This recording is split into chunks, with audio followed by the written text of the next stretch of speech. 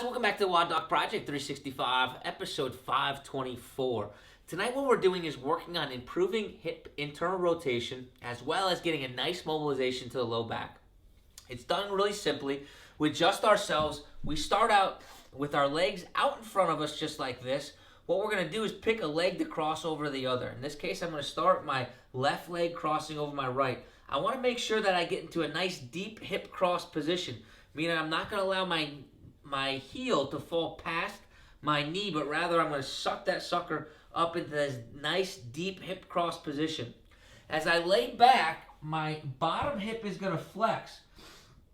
This is going to allow me to now use my top hip, in this case my left hip, to yank my bottom hip into internal rotation. Notice the hip stays into a nice flex position.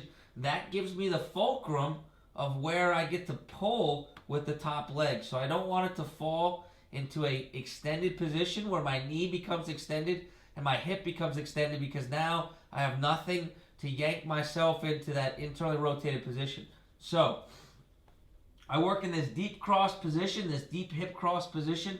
I use the top leg to drag the bottom leg into that internally hip rotated position.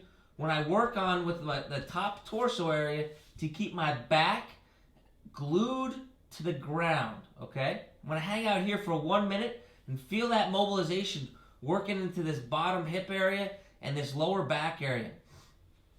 Once that minute is up, I'm going to go ahead and I'm going to cross the opposite leg over top. Okay, so now in this case, my right leg is over top my left.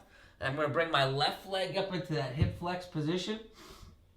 I'm going to work on getting this right leg over top into that deep cross position, just like I did previously. And now I'm going to use the right leg to drag the left hip into that internally rotated flex position.